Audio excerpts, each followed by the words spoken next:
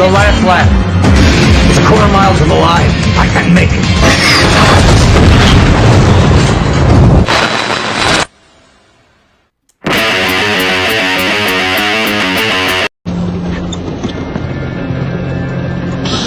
Kisah berfokus kepada pria bernama Jason Ames yang baru saja menjadi pengangguran karena perusahaan tempatnya bekerja telah tutup. Ames yang merasa bersalah kepada istrinya pun meminta maaf, belum mampu memberikan kehidupan yang layak kepada istri dan putri mereka. Namun sang istri mengatakan kalau dia mencintai Ames apa adanya. We'll start it tomorrow. And it doesn't matter what anyone else thinks but me. Ames yang baru saja selesai melihat putri kecilnya yang berada di lantai atas, namun ketika hendak turun terkejut mendapati sang istri yang sudah tergeletak di lantai dengan bersimbah darah. Ames yang panik melihat keadaan istrinya itu lalu dengan segera menghampirinya. Namun ada seorang pria bertopeng yang secara tiba-tiba menyemprotkan sesuatu yang membuatnya jatuh pingsan. Singkat cerita, Ames yang sudah menjadi tahanan atas tuduhan pembunuhan istrinya lalu dibawa ke sebuah penjara yang terletak di tengah lautan. Sebuah penjara yang diperuntukkan untuk para napi yang memiliki kasus-kasus berat.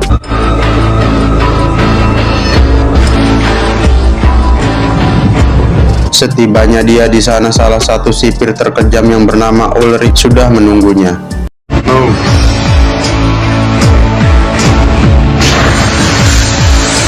Singkat cerita, pagi pun tiba.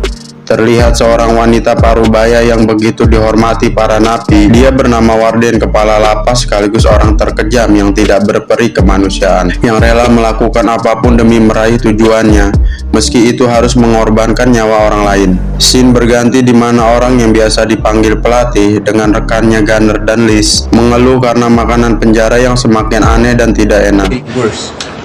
What's it supposed to be?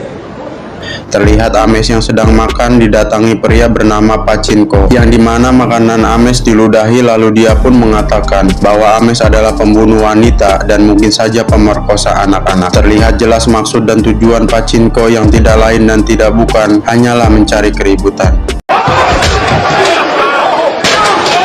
Singkatnya, Ames pun dibawa ke ruangan Warden. Ames yang memiliki riwayat pekerjaan sebagai pembalap liar ditawari untuk mengikuti balapan yang diadakan di lapas tersebut. Sebuah balapan yang bernama Death Race yang disiarkan secara langsung di internet. Ames diminta menggantikan peran yang cukup terkenal di arena balapan maut tersebut yang bernama Frankenstein. Fans call Frankenstein.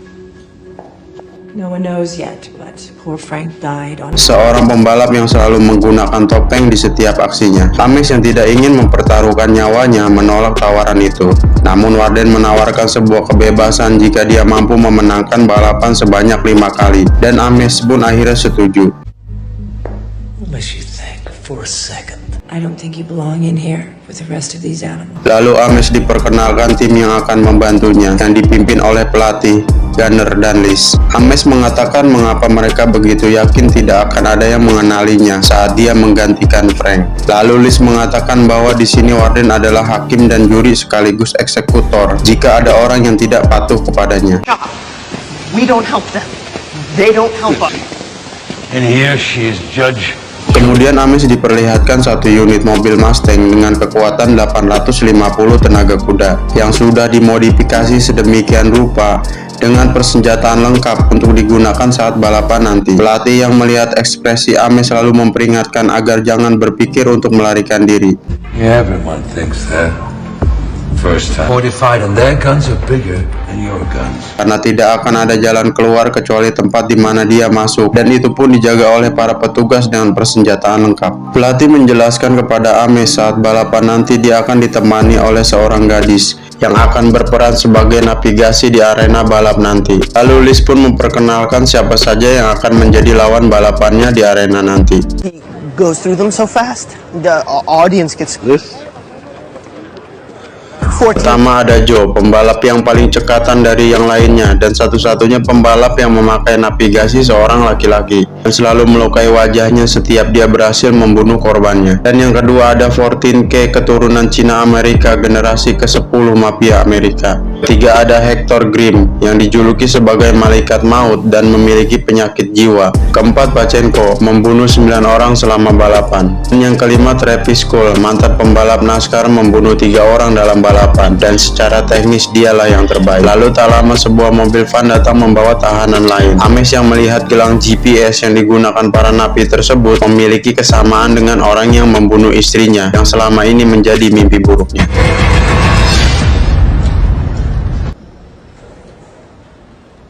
Waktu menjelang balapan pun tiba. Ames mengenakan kostum yang biasa Frank gunakan lengkap dengan topengnya. Tak lama bus yang membawa para napi wanita pun datang.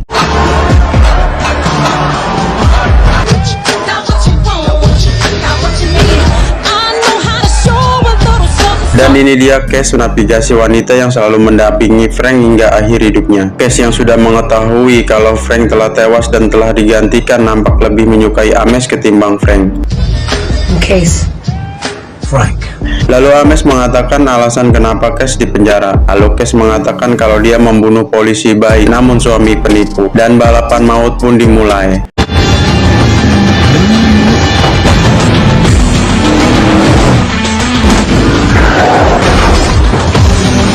You're sure he can deliver?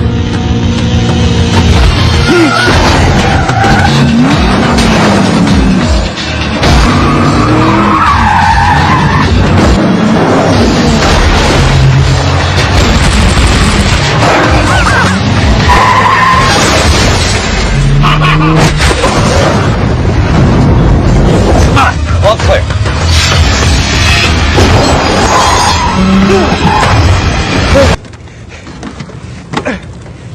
Fucking kill me! Back.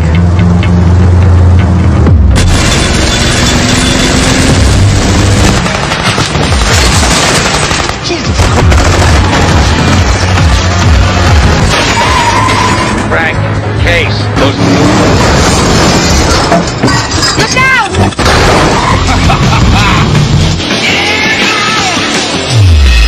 Ames yang telah menyadari bahwa pembunuh istrinya berada di dalam penjara yang sama dengannya, lalu Ames mengatakan kepada Warden tidak akan melanjutkan balapan dan meminta penjelasan apa kaitan Warden di balik pembunuhan istrinya itu.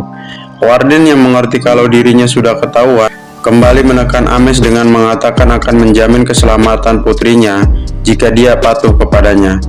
Ames yang terlihat jelas menahan amarahnya lalu mengatakan kepada Warden,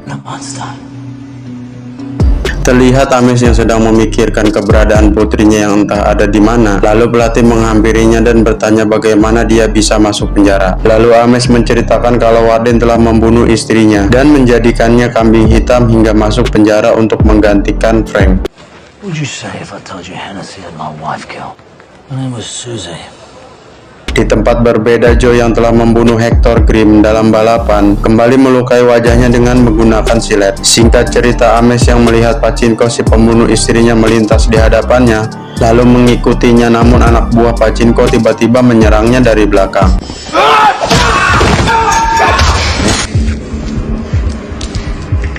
Ames yang sudah tidak bisa melakukan perlawanan dan akan segera dihabisi oleh Pachinko, tiba-tiba Liz datang dan menusuk punggung Pachinko. Berkat pertolongan Liz, Ames berhasil melepaskan diri dan menghajar Pachinko dan anak buahnya.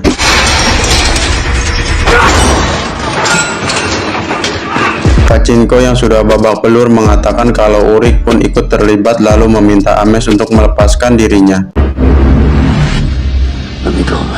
Ames yang sudah tidak peduli permintaan ampun dari Pachinko dan ingin segera mengeksekusi, namun tiba-tiba singkat cerita, Death Race putaran kedua pun dimulai dengan hanya menyisakan 6 pembalap. Namun Ames yang telah mencurigai adanya sebuah sabotase saat menjelang kebebasan Frank, Ames yang ingin mengetahui kebenaran atas kecurigaannya itu, lalu mengancam akan melontarkan kursi Cash jika dia tidak berkata yang sebenarnya. Lalu Cash mengakui perbuatannya itu karena ditawarkan sebuah kebebasan oleh Warden. It's my life back. Ames yang telah mengetahui fakta sesungguhnya lalu kembali memacu mobilnya untuk mengejar Pachinko dan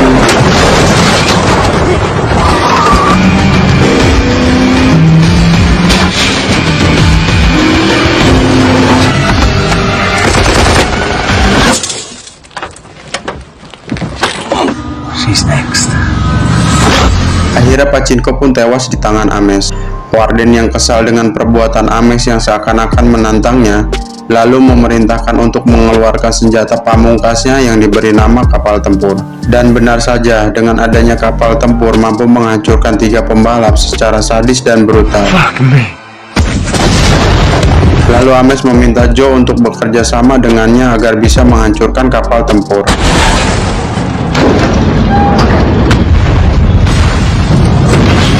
Dan akhirnya kapal tempur pun hancur berserakan. Singkat cerita, Joe yang mulai curiga kalau Frank dan Ames adalah orang yang sama, lalu mendatangi bengkel tempat di mana Ames berada untuk memastikan kebenaran atas dugaannya itu. Sedangkan Warden yang tampak kesal karena gagal membunuh mereka berdua, mulai menyusun sebuah rencana untuk meledakkan mobil yang Ames kendarai. Ames yang telah selesai mempersiapkan kendaraannya, lalu pergi ke tempat di mana Joe berada. Smoking Cohibas in Miami. Seperti biasa, sebelum balapan dimulai, Warden menemui Ames sambil menyerahkan surat pembebasan untuknya dan menawarkan keistimewaan jika Ames mau tetap tinggal bersamanya sebagai Frankenstein. Of course. Not staying here. As Frankenstein. Kes yang sepertinya menyukai Ames memberitahu kalau Warden memintanya untuk mencegahnya jika dia akan meraih kemenangan. You do best. Dan death race pun dimulai. Weapons are up! Damn it!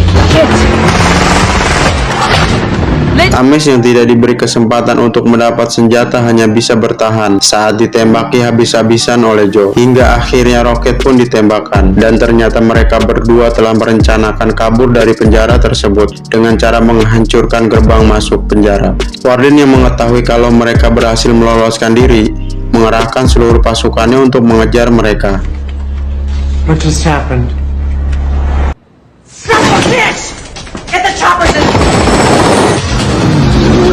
Chase yang belum tahu apa rencana Ames setelah berhasil lolos selalu menanyakan kepada Ames. Lalu Ames mengatakan kalau dia akan pergi ke Miami bersama putrinya.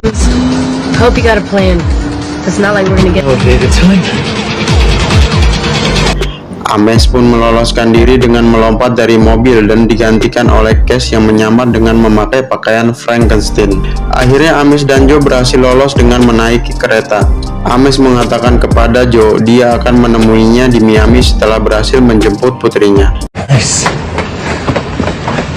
How the fuck down there? Di tempat yang berbeda, Warden yang sedang merayakan kemenangan bersama Ulrich karena telah berhasil menangkap Ames, namun tiba-tiba terlihat Ames dan Joe yang sudah memulai kehidupan baru di Miami kedatangan seorang tamu yang ternyata adalah